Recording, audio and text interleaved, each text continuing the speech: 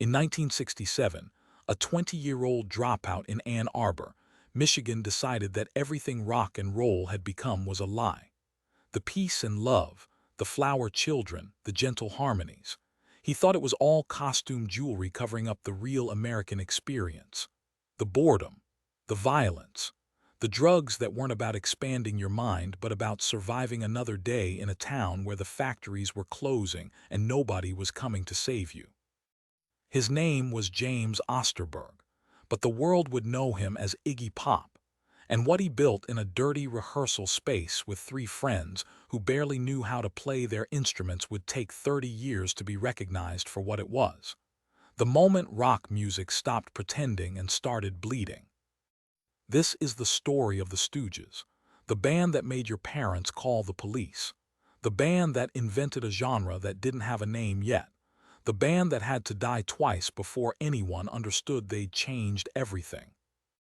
Ann Arbor in the mid-60s was a strange place to birth a revolution, a college town, the University of Michigan bringing in kids from Detroit's suburbs, from small towns across the Midwest. There was a music scene, but it was folk music, protest songs, the kind of earnest acoustic strumming that made James Osterberg want to put his fist through a wall. He'd been playing drums in local bands since high school, the Iguanas, a perfectly competent garage band playing British Invasion covers for fraternity parties. But competent wasn't what he wanted. He'd seen what competent got you, a career playing other people's songs for people who weren't really listening. Then he started paying attention to what was happening 40 miles east in Detroit. The factories were bleeding jobs. The city was starting to burn. And the music coming out of there, the raw blues and the early Motown recordings, had a desperation in it that the college town folk singers couldn't touch. He met Ron Asheton at a party.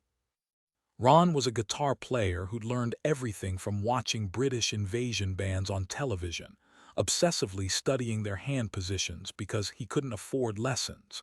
His younger brother Scott hit drums like he was angry at them. Their friend Dave Alexander played bass the way someone drives a car they don't own, recklessly, without apology. None of them were virtuosos. That was the point. Iggy had a theory. He'd been listening to Harry Parch, the avant-garde composer who built his own instruments. He'd been watching Howlin' Wolf perform, the way the blues singer commanded a room with pure physical presence. And he'd been taking a lot of drugs. The theory was this: rock music had gotten too polished, too safe, too concerned with proving it was legitimate art. What if you stripped it back to nothing but volume and repetition and the human body as weapon? The first Stooges shows were more like performance art than concerts. Iggy would smear himself with peanut butter. He would cut himself with broken glass. He would dive into the crowd years before anyone called it stage diving. Ron would play the same three-note riff for 15 minutes while Iggy howled and contorted and made the audience genuinely afraid for his safety and their own. People walked out. People called the police. People told their friends they had to see this. The music itself was almost anti-music. Where other bands were getting more complex, adding orchestras and concept album narratives, the Stooges got simpler, dumber, heavier. Ron's guitar tone was muddy and distorted in ways that recording engineers told him was wrong.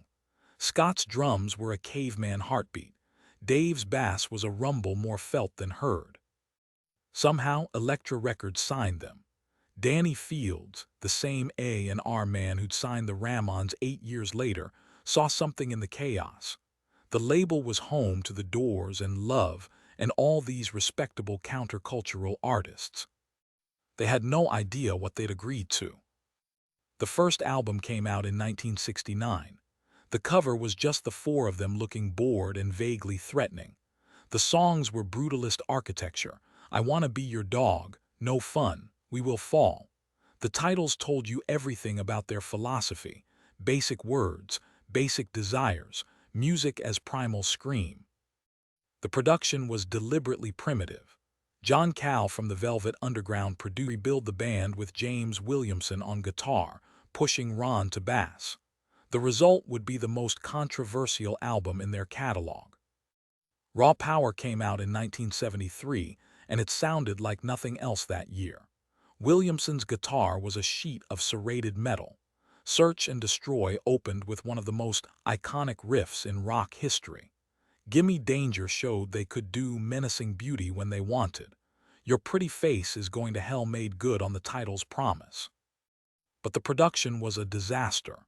Iggy had mixed it himself, pushing everything into the red, creating a wall of distortion that made radio play impossible. The label demanded a remix. The remix satisfied no one. Decades later, Iggy would remix it again, then again, never quite capturing what had existed in that studio. The Raw Power Tour was legendary for all the wrong reasons.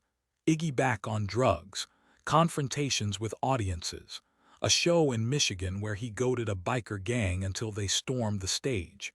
The whole thing collapsed in 1974, not with a farewell tour but with a whimper. The Stooges were done. And for 3 years, that was the end of the story. A failed band that made 3 failed albums that nobody bought. Then the Ramones started playing a club called CBGB in New York. The Sex Pistols formed in London. Kids who'd grown up on those Stooges albums, the ones that sold nothing, started bands that sounded like the logical conclusion of what Iggy had started. Suddenly, those 3 records weren't failures. They were prophecies.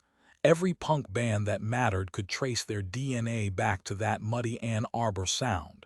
The deliberate simplicity, the physical danger, the refusal to be respectable. Iggy survived.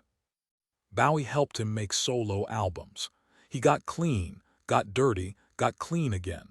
He became an elder statesman of a genre he'd invented before it had a name. Ron Asheton became a cult hero among guitarists who understood that technical limitation could be artistic liberation. His tone on I Wanna Be Your Dog influenced more records than virtuosos with 10 times his ability. They reunited in 2003, played to crowds that finally understood what they were hearing. Ron died in 2009, Scott in 2014. Dave Alexander had been gone since 1975, only 27 years old. What the Stooges built was a permission slip. Permission to be primitive. Permission to be dangerous. Permission to value feeling over technique. Permission to make music that your parents would call the police about. Every time you hear a band that sounds like they might actually hurt themselves or you, that's the Stooges. Every time you hear a 3-chord song that hits harder than a symphony, that's Funhouse echoing through history. Every time a performer puts their body on the line like their life depends on it, that's Iggy smearing peanut butter on his chest in a Michigan basement, daring you to look away. They made your parents call the police, and rock music never felt safe again.